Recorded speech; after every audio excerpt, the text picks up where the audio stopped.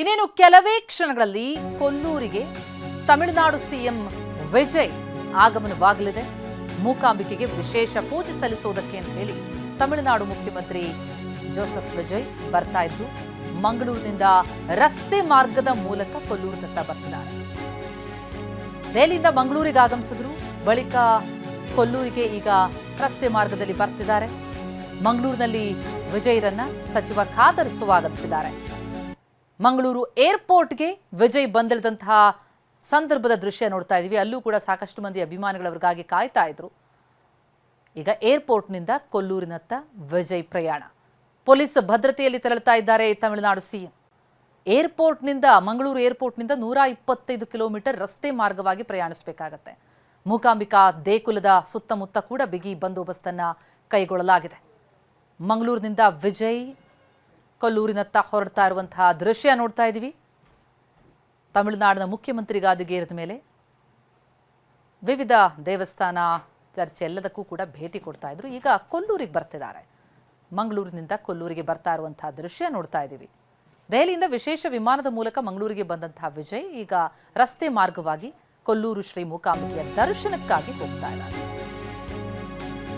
ಈ ಹಿಂದೆ ಕೂಡ ತಮಿಳುನಾಡಿನ ಮುಖ್ಯಮಂತ್ರಿ ಆದಂಥವರು, ಮಾಜಿ ಮುಖ್ಯಮಂತ್ರಿಗಳು ಕೊಲ್ಲೂರಿಗೆ ಭೇಟಿ ಕೊಟ್ಟಂತಹ ಸಂದರ್ಭಗಳಿದೆ. ಎಂಜಿ ರಾಮಚಂದ್ರನ್ 1984ರಲ್ಲಿ ಎಂಜಿಆರ್ ಕೊಲ್ಲೂರಿಗೆ ಭೇಟಿ ಕೊಟ್ಟಿದ್ರು. ಚುನಾವಣೆಯಲ್ಲಿ ಭರ್ಜರಿ ಜಯಗಳಿಸಿದ್ದಕ್ಕೆ ವಿಶೇಷ ಪೂಜೆಯನ್ನು ಮಾಡಿದ್ರು. ಜಯಲಲಿತಾ ಕೂಡ ಭೇಟಿ ಕೊಟ್ಟಿದ್ರು. ದೃಶ್ಯಗಳಲ್ಲಿ ನೋಡ್ತಾ ಇದ್ದೀವಿ. ಈಗ ವಿಜಯ್ ಬಂದಿಳಿದಂತಹ ಚಿತ್ರಣ ಒಂದು ಕಡೆಯಾದರೆ, ಈ ಹಿಂದೆ ಎಂಜಿಆರ್ ಮೂಕಾಂಬಿಕೆಗೆ ಚಿನ್ನದ ಖಡ್ಗವನ್ನ ಕೊಟ್ಟಂತಹ ಸಂದರ್ಭ 1984 ಎಂಜಿ ರಾಮಚಂದ್ರನ್ ಕೊಲ್ಲೂರಿಗೆ ಭೇಟಿ ಕೊಟ್ಟಂಥದ್ದು. ಚುನಾವಣೆಯಲ್ಲಿ ಭರ್ಜರಿಯಾಗಿ ಜಯಗಳಿಸಿದ್ರು. ಅನಾರೋಗ್ಯದಿಂದ ಚೇತರಿಸಿಕೊಂಡ ಬಳಿಕ ಎಂಜಿಆರ್ ಭೇಟಿ ಕೊಟ್ಟಿದ್ರು.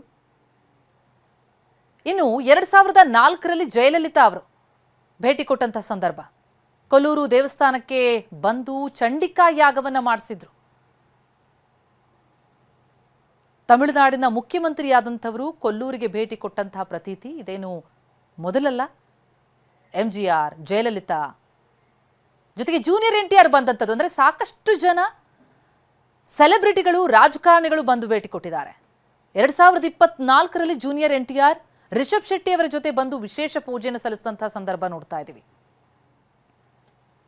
ಈ ರೀತಿ ಮೂಕಾಂಬಿಕೆಯ ದರ್ಶನಕ್ಕೆ ಅಂತ ಹೇಳಿ ಪರ ರಾಜ್ಯಗಳಿಂದಲೂ ಕೂಡ ಬಂದಂಥವ್ರು. ಹಾಗೆ ಸ್ಟಾಲಿನ್ ಅವರ ಪತ್ನಿ ದುರ್ಗಾ ಬಂದು ವಿಶೇಷ ಪೂಜೆಯನ್ನು ಸಲ್ಲಿಸಿರುವಂಥದ್ದು.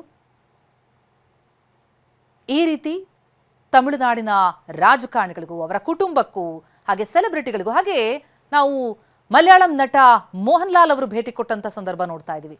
2025ರಲ್ಲಿ ಮೋಹನ್ ಲಾಲ್ ಭೇಟಿ ಕೊಟ್ಟದ್ದು. ಕೊಲ್ಲೂರು ಮೂಕಾಂಬಿಕೆಯ ಭಕ್ತರ ಸಂಖ್ಯೆ ಬಹಳ ದೊಡ್ಡದಿದೆ. ಅದು ರಾಜ್ಯಕ್ಕಷ್ಟೇ ಸೀಮಿತ ಇಲ್ಲ, ಜೊತೆಗೆ ಸಾಮಾನ್ಯರಷ್ಟೇ ಅಲ್ಲ, ಸೆಲೆಬ್ರಿಟಿಗಳು ಕೂಡ ಕೊಲ್ಲೂರಿಗೆ ಭೇಟಿ ಕೊಟ್ಟಂಥದ್ದು ಬಹಳಷ್ಟು ಉದಾಹರಣೆಗಳಿವೆ. ಗಣ್ಯರು ಭೇಟಿ ಕೊಟ್ಟು ಅದೇ ನೋಡ್ತಾ ಇದ್ದೀವಿ ನಾವು. ಈಗ ಪ್ರತಿ ವರ್ಷ ಇಳೆಯರಾಜ್ ಭೇಟಿ ಕೊಡ್ತಾರೆ. ಖ್ಯಾತ ಸಂಗೀತಗಾರ ಇಳೆಯರಾಜ್ ಕೊಲ್ಲೂರಿಗೆ ಭೇಟಿ ಕೊಟ್ಟಂತಹ ದೃಶ್ಯವನ್ನು ನೋಡ್ತಾ ಇದ್ದೀವಿ. ಜನ್ಮದಿನದ ಸಂದರ್ಭದಲ್ಲಿ ಅವರು ಭೇಟಿ ಕೊಡುವಂತಹ ಒಂದು ರೂಢಿ ಮಾಡ್ಕೊಂಡಿದ್ದಾರೆ. ಪ್ರತಿ ವರ್ಷ ಇಳೆಯರಾಜ ಅವರು ಭೇಟಿ ಕೊಡ್ತಾರೆ. ಬಹಳ ದೊಡ್ಡ ಭಕ್ತರು ಮೂಕಾಂಬಿಕೆ ದೇವಿಗೆ. ಆ ಸಂದರ್ಭದಲ್ಲಿ ಅವರನ್ನ ಅಲ್ಲಿ ದೇವಸ್ಥಾನದ ಆಡಳಿತ ಮಂಡಳಿಯವರನ್ನ ಸನ್ಮಾನ ಮಾಡಿ ಸತ್ಕರಿಸಿದಂತಹ ದೃಶ್ಯ ಕೂಡ ನೋಡ್ತಾ ಇದ್ದೀವಿ. ಈಗ ವಿಜಯ್ ಆಗಮನ. ಮಂಗಳೂರಿಗೆ ಬಂದಿದ್ದಾರೆ. ಏರ್ಪೋರ್ಟ್ನಿಂದ ಈಗ ರಸ್ತೆ ಮಾರ್ಗವಾಗಿ ಬರ್ತಿದ್ದಾರೆ.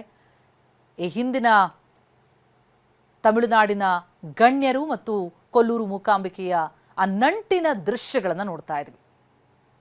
ಮೂಕಾಂಬಿಕಾ ದೇವಿಯ ಪರಮ ಭಕ್ತರಾಗಿದ್ದರು ಎಂಜಿಆರ್. ಜಯಲಲಿತಾ ಅವರು ಕೂಡ ಅಷ್ಟೇ, ಬಂದು ಚಂಡಿಕಾಯಾಗ ಕೂಡ ಮಾಡಿಸಿದ್ರು. 84ರ ಸಂದರ್ಭ ತೀವ್ರ ಅನಾರೋಗ್ಯ ಉಂಟಾಗಿತ್ತು. ಅದರಿಂದ ಚೇತರಿಸ್ಕೊಳ್ತಾರೆ ಎಂಜಿಆರ್. ನಂತರ ರಾಜಕೀಯದಲ್ಲಿ ಭರ್ಜರಿಯಾಗಿ ಜಯಗಳಿಸ್ತಾರೆ. ದೇವಿಗೆ ತಮ್ಮ ಕೃತಜ್ಞತೆಯ ಸಂಕೇತವಾಗಿ ಭಾರಿ ಗಾತ್ರದ ಅಪ್ಪಟ ಚಿನ್ನದ ಖಡ್ಗ ಕೂಡ ಕಾಣಿಕೆಯಾಗಿ ಕೊಟ್ಟಿದ್ರು ಎಂಜಿಆರ್. ಆ ಖಡ್ಗ 1 kgಗೂ ಅಧಿಕ ತೂಕ, 2.5 ಅಡಿ ಉದ್ದ ಇರೋದು. ಆ ಐತಿಹಾಸಿಕ ಖಡ್ಗವನ್ನು ದೇವಾಲಯದಲ್ಲಿ ಅತ್ಯಂತ ಸುರಕ್ಷಿತವಾಗಿ ಇವತ್ತಿಗೂ ಇಡಲಾಗಿದೆ. ವಿಶೇಷ ಪೂಜೆ ಇರುತ್ತಲ್ಲ, ಆ ಸಂದರ್ಭದಲ್ಲಿ ದೇವಿಯನ್ನು ಅಲಂಕರಿಸುವ ಸಂದರ್ಭದಲ್ಲಿ ಅದನ್ನು ಹೊರತೆಗೆಯಲಾಗುತ್ತೆ. ಎಂಜಿಆರ್ ಅವರ ಪತ್ನಿ ತಮಿಳುನಾಡಿನ ಮಾಜಿ ಮುಖ್ಯಮಂತ್ರಿ ಜಾನಕಿ ರಾಮಚಂದ್ರನ್ ಅವರು ಕೂಡ ಕ್ಷೇತ್ರದ ಭಕ್ತರಾಗಿದ್ದರು. ಅವರು ಮೂಲತಃ ಉಡುಪಿ ಭಾಗದವರೇ. ಅವರಿಗೂ ಕೊಲ್ಲೂರು ಮೂಕಾಂಬಿಕೆ ಮೇಲೆ ಮೊದಲಿಂದಲೂ ಕೂಡ ಅಪಾರವಾದಂತಹ ಭಕ್ತಿ ಶ್ರದ್ಧೆ.